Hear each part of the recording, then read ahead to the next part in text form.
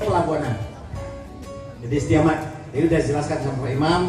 Setiamak ini didirikan oleh para senior-senior kita 33 tahun yang lalu. Bahkan mungkin yang hadir di sini juga alumni daripada Setiamak yang dulunya namanya MOK, Manajemen Operasional Kepelabuhanan. Kalau nggak salah ada Pak Aziz, Pak Pandrio masuk sana kan enggak ya? Banyak sekali ya. Bu ini, Bu Titi dan sebagainya. Nah, pada kesempatan ini tentunya saya ucapkan terima kasih banyak kepada Pak Ratno dan tim undang kami, yang hadir juga Pak Iwan mendorong kami, ada Pak Darman, juga ada yang senior-senior yang hadir pada saat ini. Mohon maaf, saya minta waktu sedikit aja untuk memperkenalkan atau menyampaikan hal-hal yang mungkin yang Bapak Ibu sekalian yang belum tahu tentang Setiamak. Ya, khusus kesempatan yang baik ini bagi kami mungkin agak sulit ya, mengumpulkan jumlah sekitar 80 dengan dadaan begini, ini suatu hal yang luar biasa buat Setiamak. Ya, kami masuk kemana-mana dan masa ini adalah masa promosi Setiamak. Setiamak dilakukan kemana saja. Dan pada kesempatan ini promosi kepada para pensiunan, khususnya keuangan Pelabuhan 3. Yang harapan kami tentunya bukan kepada ibu dan bapak ini, tentu kepada anak dan cucu dan tetangganya. Ada beberapa program unggulan yang Setiamak lakukan saat ini, nanti akan disampaikan langsung oleh Wakil Ketua 1, yaitu Dr. Andus Mudayat MBA, yang akan menyampaikan dengan timnya, yaitu testimoni. Kami tidak menyiapkan presentasi, lebih tepat testimoni yang dilakukan oleh kedua mahasiswa kami.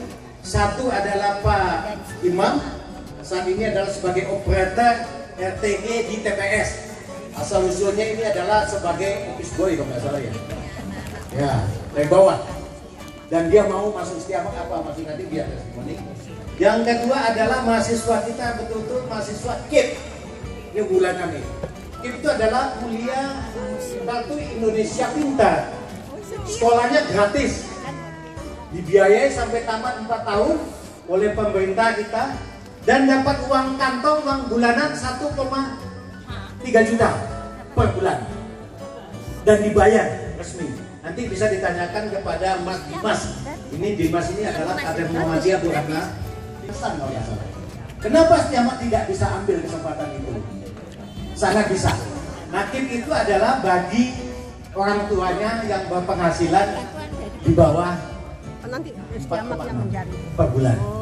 Kalau pensiunan pelabuhan ya, 1,5 dari pemerintah dari 1,5 masuk, sangat masuk. Saya mohon maaf 1,7 sangat masuk. Cuma harus meminta surat keterangan dari dinas sosial setempat. Nah, sudah ada buktinya pensiunan TPS. Pak siapa namanya? Drivernya Pak Satoto itu, si yang besar badannya, Pasis ya. Itu dia datang ke saya pada tahun yang lalu ya. Bisa nggak Pak Fajar masuk Setiamak? Bisa. Urus dulu kartu kimia, diurus, dapat, dan sampai saat ini sudah mulai kuliah dan bahkan dia bekerja juga. Jadi sambil kerja, dia kuliah Setiamak tanpa membayar apa-apa sampai lulus dijamin 4 tahun dan dapat uang 1,3 per bulan. Bahkan ada satu pengalaman kami, tetangga persis di Jalan Tanjung Raja ya. Orang tuanya, mohon maaf, sebagai asisten rumah tangga, bapaknya nggak salah, naik becak nggak salah. Setelah dapat itu, ditingkatkan kemampuan bapaknya, tidak perlu naik becak lagi. Dan dia jadi gojek sekarang dengan uang tambahan itu. Nah, inilah suatu keunggulan Setiamak untuk dari segi pembiayaan. Sedangkan prodi yang ada saat ini, program studi hanya baru satu. Pak Iwan yang mengawal dulu sebagai ketua yayasan, Pak Darman juga tahu persis ini sebagai pengawas yayasan dulu ya, beberapa tahun yang lalu saya belum bergabung. Sudah itu rencana kami dalam ke depan akan menambah 5 prodi lagi. Kenapa harus ditambah 5 prodi? Walaupun kondisi Setiamak saat ini kampusnya kan tahu sendiri ibu sekalian, dikatakan 173 gabung sama SD, SMP, SMK dan SMA gabung. Suatu ketika nanti tentu kita akan memisahkan diri dari sana. Jadi betul-betul kampus yang betul-betul mandiri. Nah, ini dukungan dari Pak Iwan dan seluruh pembina yayasan ini. Kita tambah 5 lagi, kenapa? Karena aturan dikti saat ini perguruan tinggi ditentukan Walaupun sehebat apapun sekolah tinggi, dan saat ini sekolah tinggi ilmu administrasi manajemen keperluan sudah mendapatkan akreditasi BAN PT baik sekali, sudah ranking baik sekali. Di level kita terbatas untuk baik sekali, karena di Dikti itu ada baik sekali dan unggul. Kalau unggulnya pada umumnya bukan 90. Nah saat ini 6 Mei 2023, berarti 33 tahun 2 hari kita sudah berdiri di sini. Mau tidak mau kita akan buka prodi, walaupun tantangannya berat. Satu prodi yang akan dibuka adalah administrasi rumah sakit. Kenapa administrasi rumah sakit kami buka? Karena ada linknya dengan via rumah sakit pelabuhan PHC. Kita punya power di PHC, punya jaringan di PHC. Kenapa tidak seluruh administrasi yang ada di PHC di drop atau dihasilkan daripada Setiamak? Dan itu ada aturannya. Itu yang pertama. Ke depan, mau tidak mau, suka tidak suka, digital sudah di depan mata kita. Jadi ada namanya bisnis digital. Kami akan membuka bisnis digital. Walaupun tenaga dosennya masih mencari-cari. Karena tahu nanti ibu bapak sekalian yang ada di sini ada putranya atau putrinya yang tamatan S2 digital. Monggo silakan bergabung dengan Setiamak. Kami akan usahakan diangkat sebagai dosen tetap Setiamak generasi muda. Dan peluangnya besar banget ya. Karena satu prodi itu minimal 5 dosen tetap yang ber-NIDN, yang mempunyai nomor induk dosen negeri ya, nasional. Jadi mempunyai dosen dan itu pegawai negeri. Ada kesempatan. Yang kedua, prodi yang kedua tadi adalah bisnis digital. Yang ketiga adalah bisnis yang betul-betul bidang kami.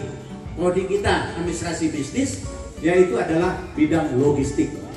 Maritim logistik itu memang bagian kita di Setiamak dan keunggulan Setiamak sampai saat ini. Jadi adalah manajemen logistik yang konsentrasinya adalah kepada kepelabuhanan. Ya. Yang keempat adalah bidang keuangan dan kebijakan publik. Ini adalah prodi yang saat ini betul-betul dicari sama orang, kebijakan publik, keuangan dan kebijakan publik. Dan satu lagi yang terakhir dan sedang kita perjuangkan, administrasi perkantoran tapi digital. Jadi digital ini harus menonjol. Kalau tidak kita ketinggalan.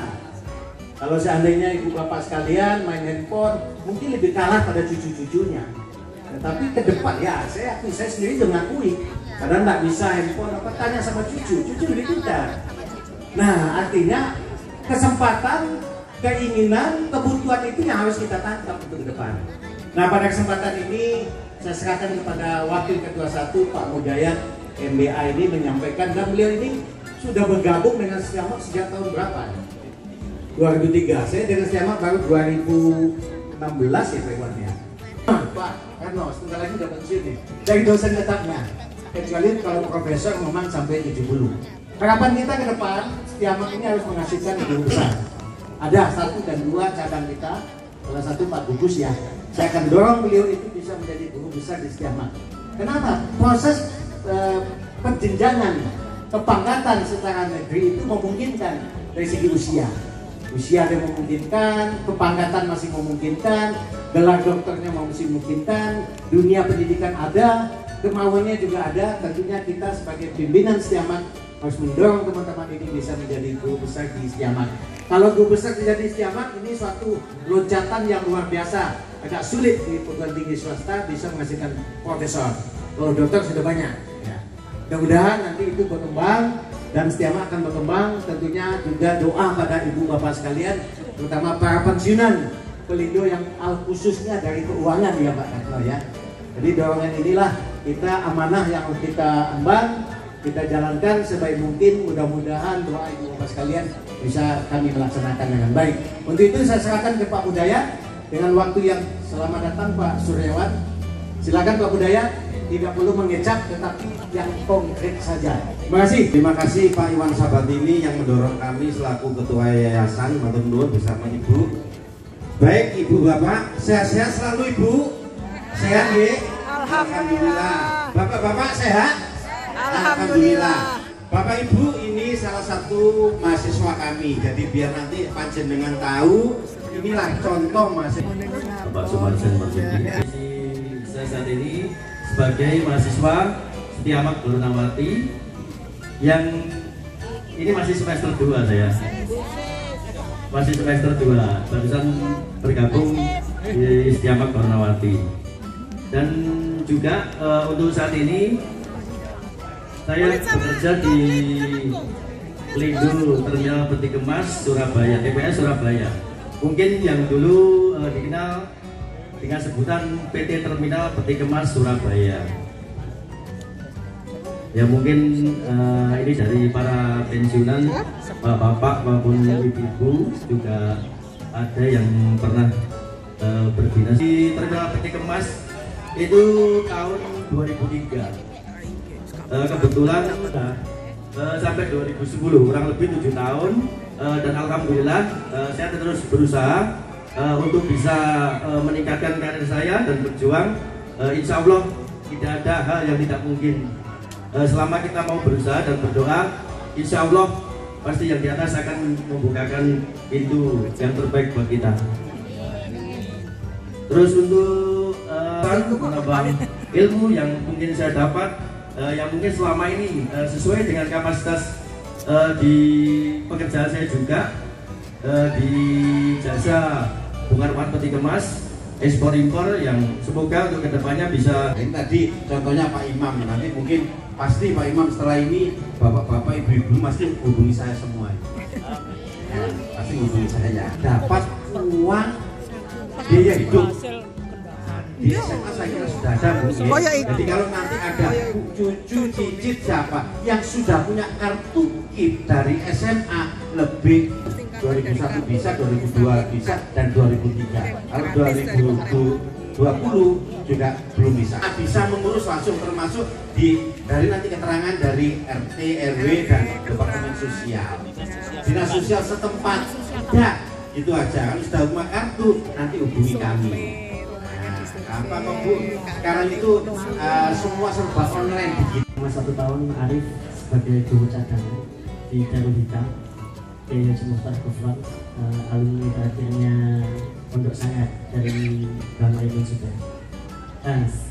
Tadi untuk yang pondok pasti tetap bisa, jadi jangan khawatir, contohnya udah ada. Dan saya juga bergabung dengan Muhammadiyah PCPM Bubutan dan termasuk relawannya MCC, Muhammadiyah Covid Community Center.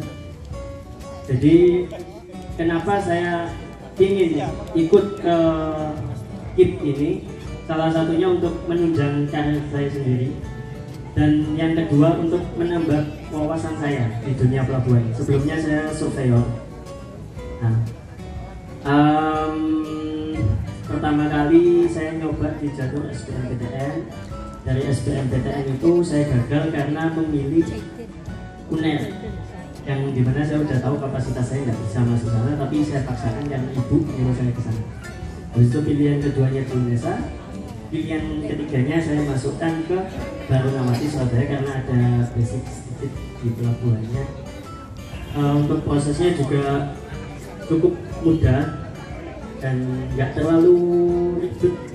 Untuk anggota milenial seperti kami ini menguasai website itu sangat mudah, jadi cucunya atau anaknya pasti bisa untuk mendaftar